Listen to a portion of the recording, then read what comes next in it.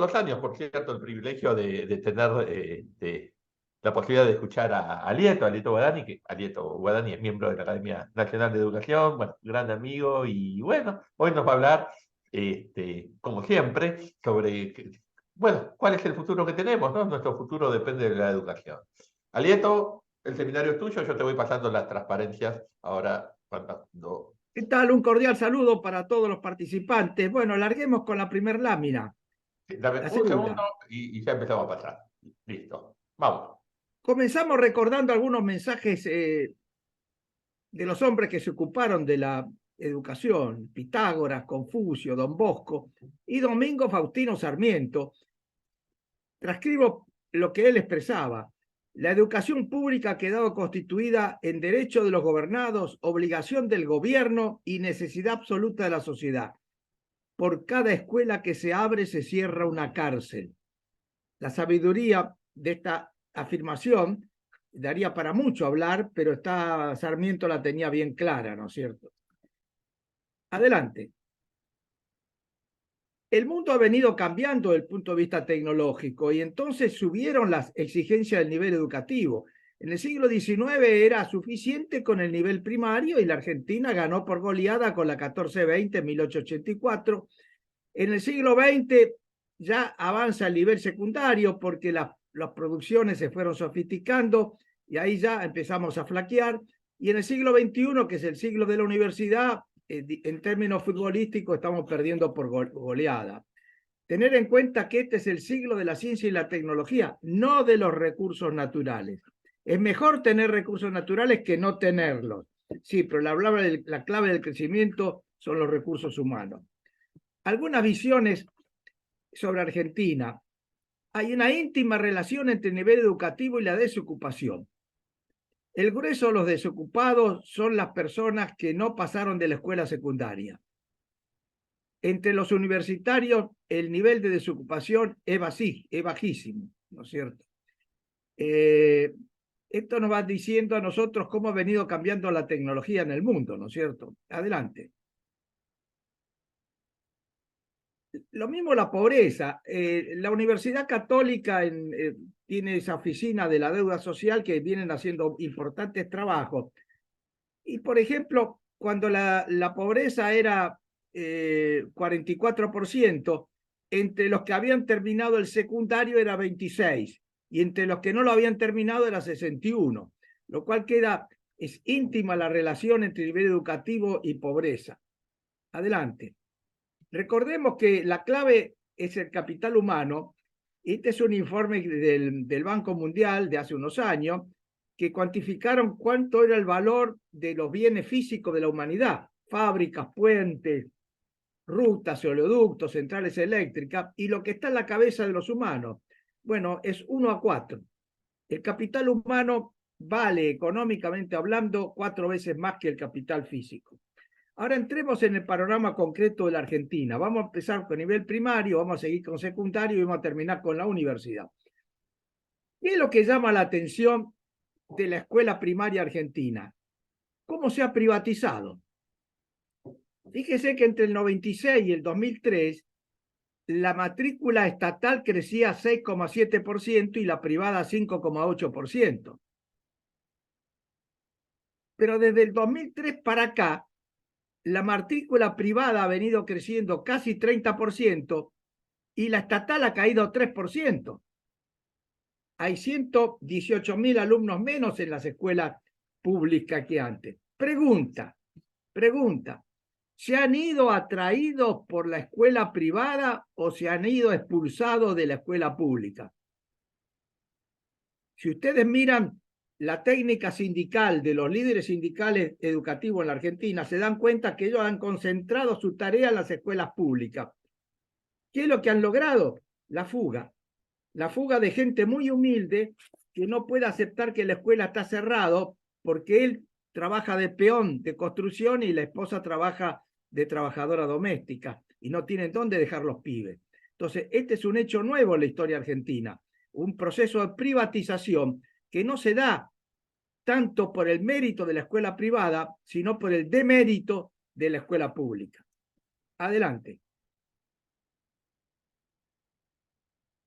cuando uno mira los problemas de la educación argentina, uno de los que tenemos es que tenemos pocas horas de clase. Por ejemplo, en Costa Rica hay 1.200 horas de clase por año, en Estados Unidos 1.000, en Colombia 950, en Nueva Zelanda 922, y en la Argentina efectiva, porque teóricamente son 180 días por 4 son 720, pero nunca se cumplió. El promedio ha sido 670%. Entonces, es muy difícil que un país fortalezca su educación con menos horas de clase. Más horas de clase no aseguran nada, pero menos horas de clase aseguran la ignorancia. Adelante. Bueno, el calendario escolar acá está en términos de días también. Japón tiene 203 días de clase, Países Bajos tiene 200, Brasil tiene 200, Costa Rica 195 y nosotros efectivos tenemos 168, ¿no es cierto? Adelante.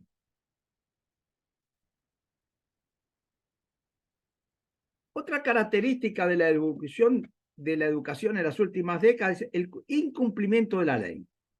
Hay una ley, a mi juicio, sabia, la ley 26.206, dictada ya hace muchos años, en el 2006, que decía que todas las escuelas debían ser de jornada extendida o completa. Bueno, muy bien.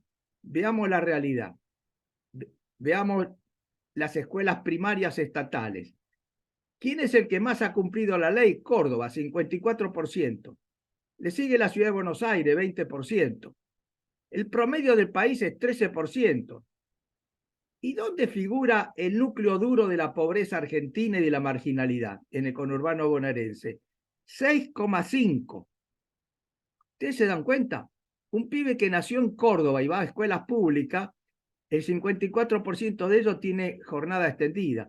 Pero si nació en el conurbano bonaerense, José Cepaz, solamente el 6% tiene. Ustedes se dan cuenta la profunda desigualdad.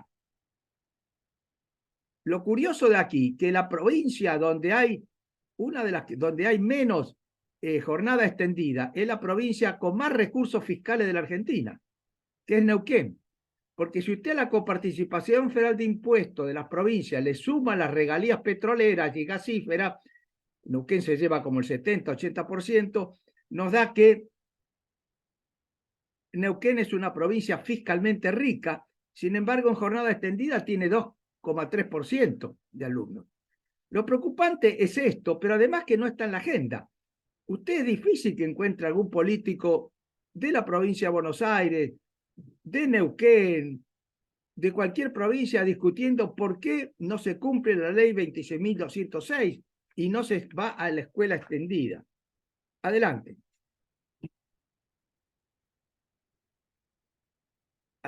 Adelante. A ver, ahí está. Bueno, una de las cuestiones que hay una gran desigualdad no solo entre las provincias, sino también entre escuelas privadas y escuelas estatales. En todas las provincias, los pibes de escuela privada, en promedio, saben más que los pibes de escuela pública. ¿Se debe a que son mejores? Bueno, algo aporta, pero el grueso de la diferencia se da por el origen social de la familia. Cuando usted quiere saber qué sabe un pibe en la escuela primaria o secundaria, pregúntese, brutalmente dicho, cuánta plata tienen los padres. Los pibes de familias ricas, todos en todas las provincias saben más que los pibes de escuelas pobres.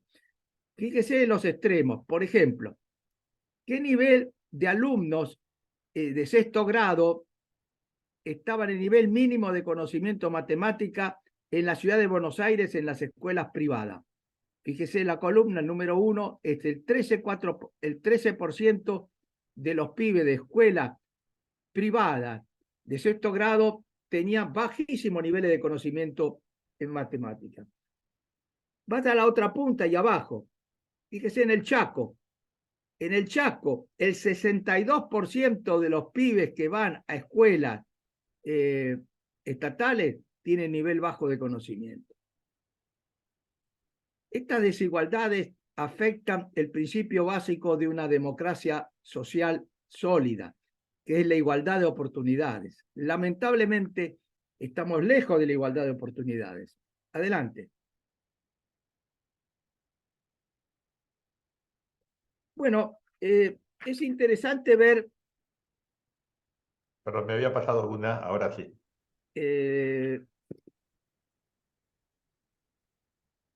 Bueno, esta añade poco porque se refiere al 6º grado en lengua, no en matemática, pero es bastante parecida. Adelante. Ok. Salteo la próxima, que es la que debemos saltear, y vamos a la 16. Bueno, acá se sintetiza lo que yo le dije hace un minuto también en la escuela secundaria, no en la primaria. Por ejemplo, los pibes de escuelas privadas de la provincia, de la ciudad de Buenos Aires, el,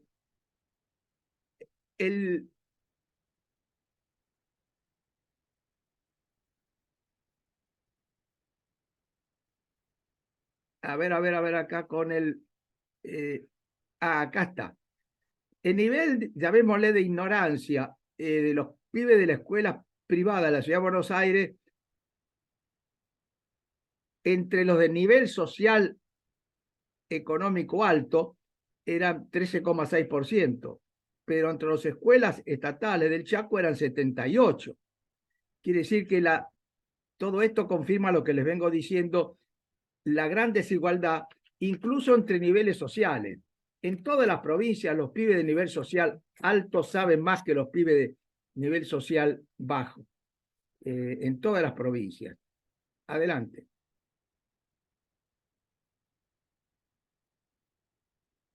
Bueno, esta última pandemia lamentablemente aumentó la desigualdad. ¿Por qué aumentó la desigualdad? Porque las escuelas se cerraron. Bueno, las escuelas se cerraron, pero los pibes que tenían equipamiento en la casa pudieron mantener clases a distancia, y son muchas las escuelas, particularmente privadas, donde las clases se podían conectar a través del equipo informático de la casa. Pero los pibes pobres que viven hacinados en conventillos, en zonas marginales, en ranchitos, esos no podían estar en ningún lado. Esos no podían estar en ningún lado. Hubo 3 países en América Latina que de alguna manera encararon inteligentemente esto, que fueron Cuba, México y Perú. ¿Qué hicieron Cuba, México y Perú? ¿Cuál es el instrumento que está al acceso de todos los niveles sociales? La televisión pública. ¿Qué hicieron? Utilizaron la televisión pública como fuente de enseñanza. Lamentablemente la televisión pública argentina, usted la puede mirar ahora, va a estar hablando de cualquier cosa menos de educación. Cuando en Cuba, México y Perú tiene que estar dando matemática 1, geografía 3, historia 4, ¿no es cierto? Claro, son distintas visiones que tienen los países del futuro de la educación. Adelante.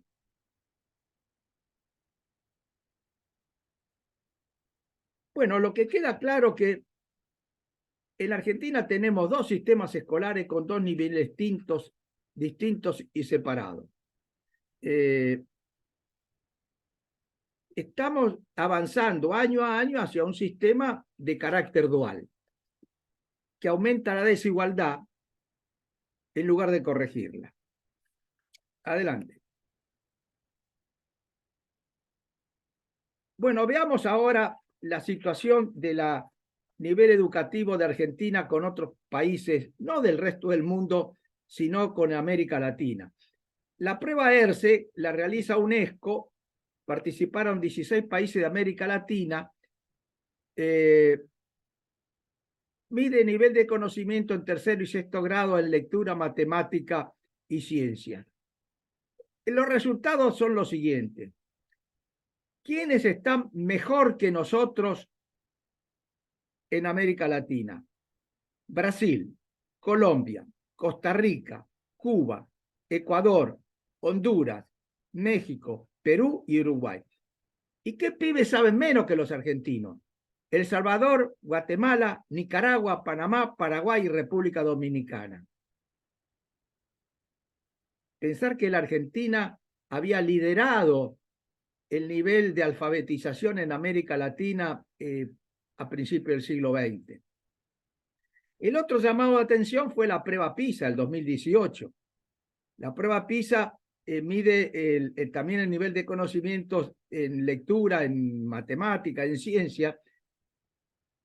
Es notable quiénes fueron los 6 primeros países. Fueron asiáticos. China, Singapur, Japón, Macao, Hong Kong y Taipei.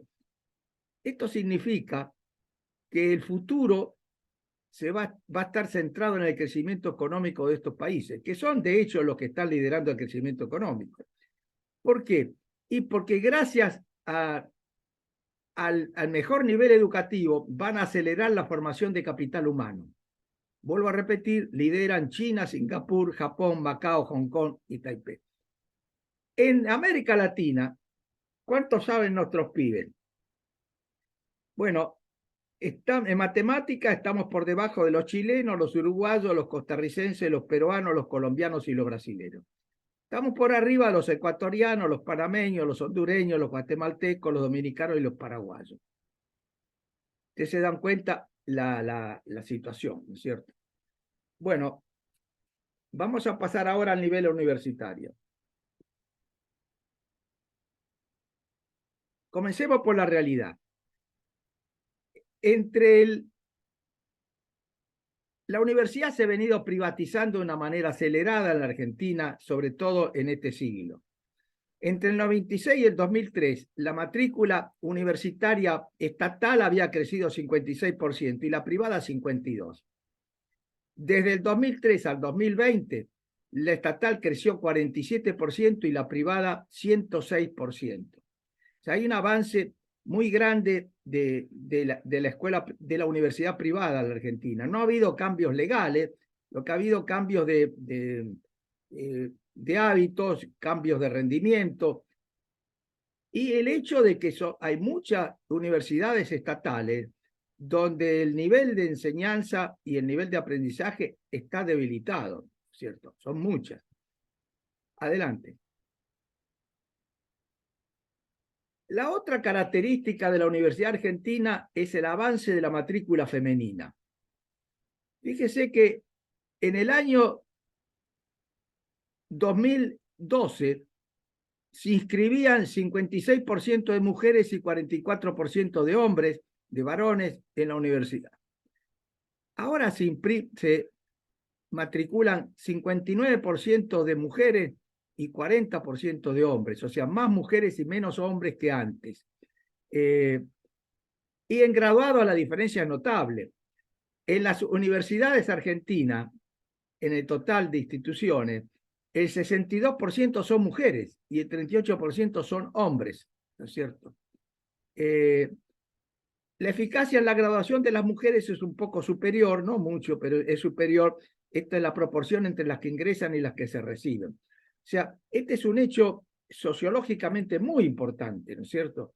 Que es cómo la matrícula femenina ha venido avanzando a un ritmo mucho más acelerado que la matrícula masculina y ya la lidera, hay 62% de graduados mujeres y 38% de graduados hombres.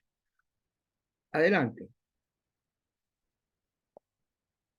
Bueno, lo que queda claro es que cada día es más importante la universidad. ¿Por qué? Por el avance de los saberes nuevos. Y los saberes nuevos, la formación de capital humano, se impulsa con el sistema universitario en este siglo de la tecnología. Adelante. Adelante. Esto ya lo hemos visto antes, ¿no? El capital físico. La Universidad Argentina enfrenta 3 problemas. La mayoría de los ingresantes no concluye los estudios. Tenemos pocos graduados en las carreras científicas y tecnológicas y es escasa la presencia de alumnos pobres. No hay programas sólidos para el aumento del ingreso a pibes pobres, como hay en el Uruguay. Nuestro nivel de graduación en el tiempo teórico es muy bajo. En el Reino Unido la graduación en tiempo y forma es 65%, en Israel 60%. En Argentina, según las últimas cifras, andamos por 27%. O sea, sintetizado, tenemos muchos estudiantes y tenemos pocos graduados. Adelante. Y esto que he dicho que tenemos muchos estudiantes y pocos graduados, no debería sorprender. ¿Qué países tienen ingreso irrestricto a la universidad? O sea, ingreso automático a la universidad. Empecemos al revés. ¿Quiénes no lo tienen? Bueno, desde Napoleón I, el bacalará francés en el siglo XIX, toda Europa tiene examen de ingreso para entrar a la universidad, que no toman las universidades, sino que lo toma el Estado. Lo tienen todos los países comunistas, lo tiene la China de Mao, la tiene Laos, la tiene Vietnam, Laos no es comunista, es Vietnam, y la tiene Cuba. Y en América Latina, ¿quiénes tienen ingreso irrestricto? Bueno, Uruguay y Argentina. Pero veamos Brasil y Chile. Brasil y Chile tienen regímenes que aquí serían calificados de restrictivos. Por ejemplo, en Brasil se llama la prueba de suficiencia universitaria, y en Chile también se aplica el examen nacional de educación media. Nadie puede ingresar a una universidad pública y privada si no rindió ese examen, incluso los extranjeros. Yo estoy casi seguro que los brasileros que vienen a estudiar a la Argentina, a la Universidad de La Plata, sobre todo medicina, no aprobaron el examen en Brasil, porque gratis es en Brasil también. En el caso de los colombianos es distinto porque tienen un examen de ingreso tan duro como los brasileños, pero la escuela de la universidad pública tiene arancelamiento. O sea, Argentina enfrenta un problema muy, muy grande. Ha endiosado el ingreso irrestricto creyendo que con eso se hacía la seguridad social. No, lo que hicimos fue una trampa. Porque lo que hay que asegurar no es el ingreso, es el egreso. Nosotros tenemos un alto ingreso a la universidad y un bajo egreso. Por ejemplo, veamos cuáles son los resultados. Chile y Brasil tienen regímenes restrictivos. Bueno, en Brasil se gradúan 69 de cada 100 ingresantes, en Chile 46 y en la Argentina 28. ¿Y la cantidad de graduados? Bueno, los brasileños tienen 61 graduados anualmente cada 10.000 habitantes, los chilenos 55 y nosotros 31. ¿Y cómo aumentó la graduación? Entre el 2013 y 2021 la graduación universitaria en Argentina subió 21%, en Chile 32% y en Brasil 33%. Fíjese un detalle, te mira los diarios de hoy y el gran problema es los vuelos perdidos por los muchachos que van a hacer turismo y que están en el último año del secundario. Eso no se hace ni en Brasil, ni en Chile, ni en Europa. ¿Por qué? Porque están estudiando. ¿Qué están estudiando los chilenos y los brasileros, los pibes del último año del secundario? Y es el ingreso a la universidad, ya sea a la Católica de Chile o a la Universidad de Chile. Porque vuelvo a repetirle, el examen no lo toman las universidades, lo toma el Estado, ¿cierto? Adelante. Bueno, hay que mencionar a Uruguay. ¿Por qué Uruguay? Porque Uruguay se parece a nosotros en que es universidad gratuita y tiene ingreso irrestricto, pero tiene una gran diferencia entre los graduados, porque ellos crearon el Fondo de Solidaridad, por el cual todos los que se graduaron en la universidad pública, que fueron gratis, se tienen que hacer cargo de una contribución anual de alrededor de más de $100 anuales, que van a un fondo especial con el cual se becan a más de 100.000 estudiantes, escuchen la cifra, con una asignación que supera los $200 por mes. En este momento, pero para cobrar estas becas en el Uruguay, hay que aprobar por lo menos la mitad de las materias en el año, ¿no es cierto? Es una exigencia que hay. Por lo tanto, los pibes becados son los que avanzan más rápidamente porque tienen un fuerte incentivo, ¿no es cierto? está muy bien aplicado en Uruguay, porque el 90% de los becados son primera generación que accede a la universidad. Esta es una forma bastante interesante de democratizar la universidad, que necesita urgentemente el ingreso de gente de pocos recursos, ¿no es cierto? Que se le hace muy difícil la doble escolaridad. Bueno, vamos a concluir ahora con una síntesis de lo que hemos visto. Si uno tuviera que hacer 9 propuestas de política educativa, sin hacer grandes declaraciones, sino efectivas desde el punto de vista político, la primera, hay que cumplir las 3 leyes.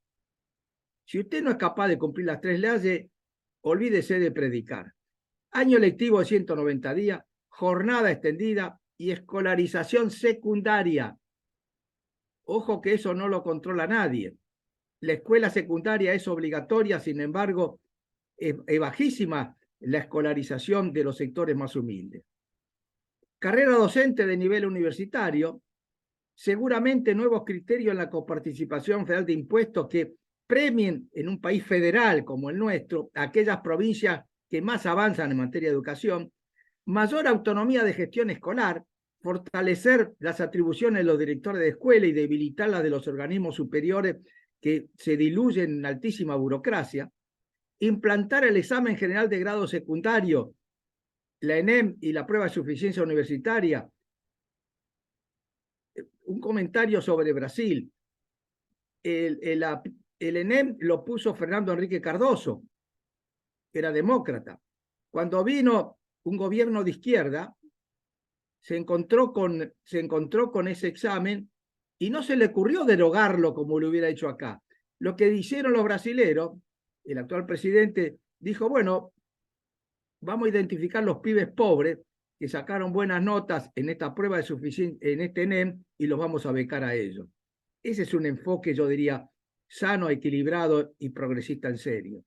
La matrícula universitaria orientada al futuro, esto exige un fortalecimiento de las carreras científicas y tecnológicas. Otra cosa importante, informar acerca de las perspectivas laborales de las profesiones universitarias. Si uno quiere saber cuál es el salario promedio de los abogados, los ingresos promedio de los abogados, contadores, ingenieros químicos, lo que sea, no tiene información oficial. El que lo tiene es Chile.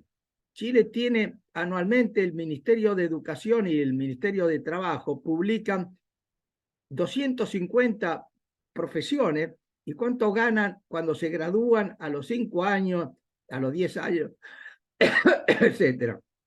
Es curioso, bueno, no es curioso. La profesión mejor paga en Chile todos los años es ingeniero en minas. Ingeniero en minas. Bueno, el programa de becas para los alumnos de nivel terciario con el modelo uruguayo y, vuelvo a repetir, en ADI y Brasil. Esas serían las propuestas inmediatas. No excluye otras propuestas, como las que con mucha inteligencia viene propiciando el señor rector, doctor Zarlowski, pero estas son las que yo he podido analizar en esta presentación, así que quedo a la disposición de las preguntas. A ver, ok. Mil gracias, Alieto. Y como siempre te empiezo a pasar preguntas. Pueden ir escribiendo sus preguntas en el panel de preguntas y respuestas. Ok, acá tengo una todavía en el chat. Escríbala, por favor, que me es más fácil para leerlas en el panel de preguntas y respuestas. Te pregunta Ana Felisa Spiel si, dado que en las estadísticas no aparece Venezuela y Paraguay en general, si en cuanto a estadística de rendimiento, si no hay datos o por qué no aparece. ¿Qué cosa no aparece? No aparece No Venezuela escuché y bien. Paraguay en las estadísticas en general. ¿No aparece qué? Perdón, voy a ponerme más cerca del micrófono. Venezuela y Paraguay no aparecen en general en las estadísticas de educación, de rendimiento educativo. Y la pregunta es si no hay datos proporcionados por los países, si tenés idea de por qué no aparecen en dichas estadísticas. No, de Paraguay yo pasé los datos de Paraguay. Ok, ok, Paraguay tiene datos. El que no ok. tiene es Venezuela. Ok, una pregunta que en general siempre surge y hoy también es, ¿por qué algo tan obvio como un examen general de secundaria, ¿no? Algo así como el ENEM en Brasil, hay un par de preguntas asociadas, no se administra en la Argentina? ¿Por qué políticamente es tan difícil lograrlo?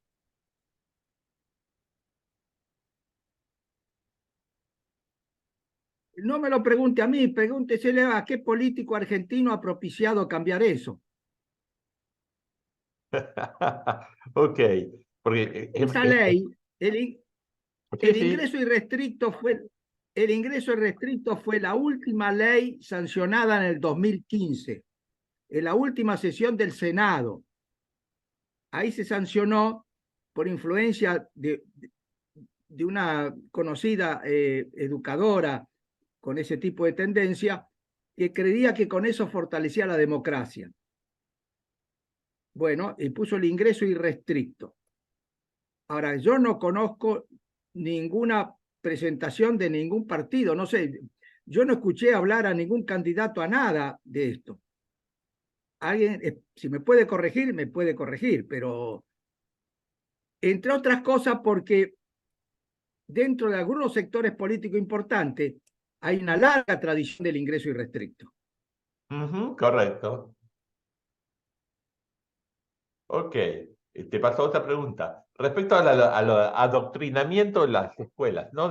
Básicamente de las digamos, los institutos de formación docente, ¿qué opinás vos y cómo se puede trabajar? Estoy tratando de unir dos o tres preguntas. El tema, básicamente tenemos un problema de hoy en las escuelas de adoctrinamiento político. Y la pregunta básicamente sería cómo modificar en los institutos de formación docente, bueno, esta realidad, ¿no? ¿Qué se puede hacer para evitar que esté tan politizada y adoctrinada, bueno, todo lo que tiene que ver con formación docente? Eh, la pregunta es muy buena y la respuesta es compleja. ¿Por qué? Si uno quiere fortalecer el sistema educativo, es ineludible que forme los mejores docentes. ¿Y qué ha ocurrido en la Argentina? De la carrera docente se ha fugado sectores sociales tradicionales de altos ingresos y de mayor capacidad. ¿Por qué? Porque los salarios docentes son bajos en la Argentina. No es una carrera atractiva. Entonces perdió la atracción que tenía en el pasado.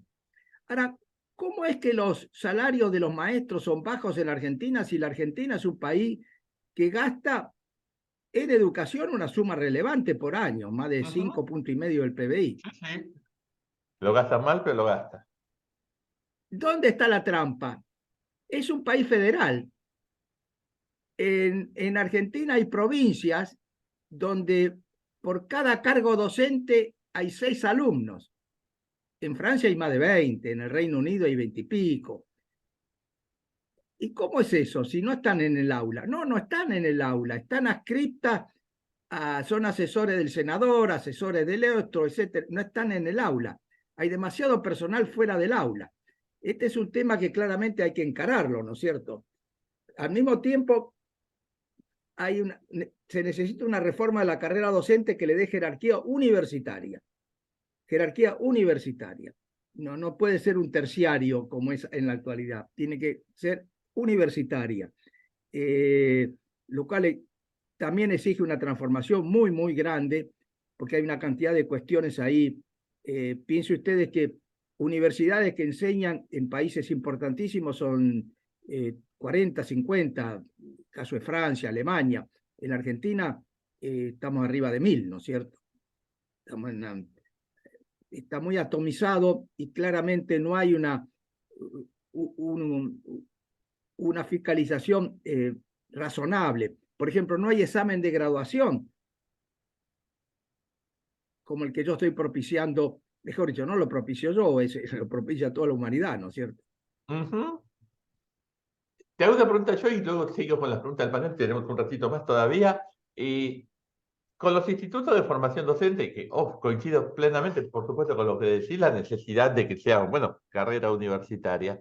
¿Qué se hace con la infinidad de institutos que hay? Porque hay una cantidad de institutos inmensa y de distintos niveles. Hay algunos muy buenos y otros que deben ser, bueno, lamentables.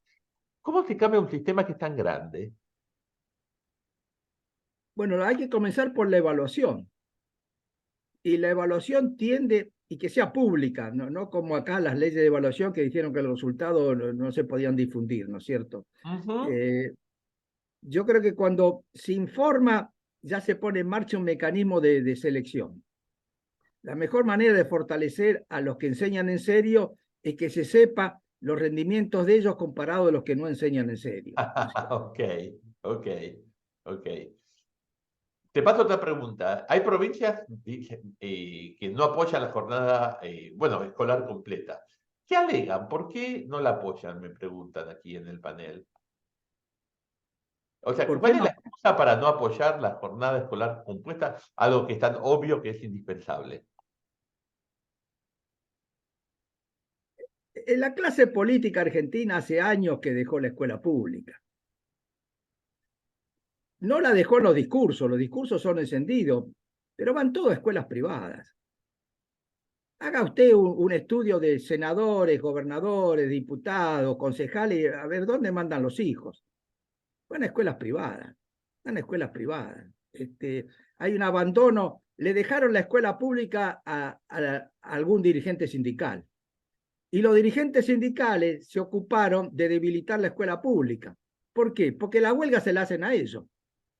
Cada vez que hay una huelga, se cierran las escuelas públicas, no las privadas. Por eso al año siguiente hay pibes que se van de la pública a la privada, a pesar que tienen que pagar, ¿no es cierto? Ok. Alieto, te paso una pregunta más y después, bueno, como siempre, te genero un espacio para que a vos quien cierre. Tengo muchas preguntas, no quiero exceder, bueno, tu tiempo, esa es la realidad. Por ejemplo, acá hay una pregunta, que sé básicamente hacia dónde va a ir tu respuesta, pero me parece interesante. La pregunta dice, el hecho de que el ingreso a la universidad sea irrestricto, en un país con altos niveles de pobreza, no brinda la posibilidad a estudiantes, más desfavorecidos, por supuesto, a acceder a la experiencia universitaria y poder nivelarse en el transcurso. No está dando esa chance el hecho de que el ingreso sea irrestricto. Y sigue la pregunta, ¿no sería una buena alternativa entonces alguna reforma de la educación superior pública para, bueno, poder absorber a estos estudiantes más desfavorecidos y que se nivelen en el transcurso del estudio universitario a partir de un ingreso irrestricto? No, yo creo que no. Lo que no se hace en la escuela secundaria no se puede hacer en la universidad. No hay que debilitar la escuela secundaria. No hay que debilitar la escuela secundaria. Hay que fortalecer la escuela secundaria. Y si en las escuelas de los sectores más humildes hay que fortalecerlo. Pero si uno quiere correr una maratón de 42 kilómetros, se tiene que entrenar. Y el entrenamiento hay que hacerlo en la escuela secundaria. Tiene que ser claro en la escuela secundaria que hay una valla que hay que saltar y la cual exige un esfuerzo ahora, no después. Después no existe, después se diluye. Y Ujú. además los pibes pobres no pueden ir a la universidad. Es muy difícil encontrar pibes pobres en la universidad. Sí, lamentablemente Es no muy puede ser más difícil. regresivo el sistema. Te hago una última pregunta y creo que no abuso más de tu tiempo. ¿Qué opinas del sistema uruguayo? Que sé lo que opinás, pero me parece interesante para el público, para el que está aquí escuchándonos, del sistema uruguayo universitario en cuanto a cómo justamente chicos pobres pueden estudiar. Bueno, yo creo que habría que... Entiendo que algunos diputados nacionales se han ocupado de esto. No sé ¿Por qué no les si... contás un poquito, perdóname, al público en qué consiste? Porque creo que va derecho a esa pregunta y me parece que muy poca gente lo conoce. Bueno, primero, ¿cuál es el origen? Esto nació del padre del actual presidente, cuando era presidente en la década del 80 o del 90. Era blanco. Después vinieron los colorados y lo continúan. Y después vino la izquierda, a mi juicio, muy lúcida. Yo creo que la izquierda uruguaya es muy lúcida. Y que es una izquierda en serio, que se ocupa por el futuro de la gente. Y que dijo, no, ¿por qué los que se graduaron van a aportar 25 años, durante 25 años de su vida, si van a trabajar más de 30? Y entonces extendió incluso la carga a los graduados. El principio es muy simple. Usted va gratis a la universidad pública. Sí, pero el pueblo, la sociedad le pagó a usted eso. Es un servicio especial que le pagaron a usted. Retribuya a usted para que los pobres puedan ir en el futuro. Y así está funcionando. Y si usted mira las cifras del gobierno uruguayo, a ver cómo año a año la proporción de pibes becados de origen humilde viene creciendo. Ujú. Y para mantener la beca tiene que tener un promedio. Ah, claro, sí, sí, claro. Y después se tiene que mantener. Además Ujú. tiene que aprobar más de la mitad de las materias. No, no, no, no es una beca así nomás. Este, pues lo que nosotros tenemos un problema muy serio es con la escuela secundaria, en el sentido que la escuela secundaria, cuando se dictó la 1420, que hizo la escuela primaria común, gratuita y obligatoria, el Estado argentino se ocupó que fuera obligatoria. Yo tengo algunos años, cuando yo era pibe y me ratoneaba en sexto grado, me iba a Palermo, me paraba la policía y para preguntarme qué estaba haciendo y no estaba en el colegio. O sea, había una preocupación social porque los pibes estuvieran en el colegio, ¿no es cierto? Y eso se ha diluido.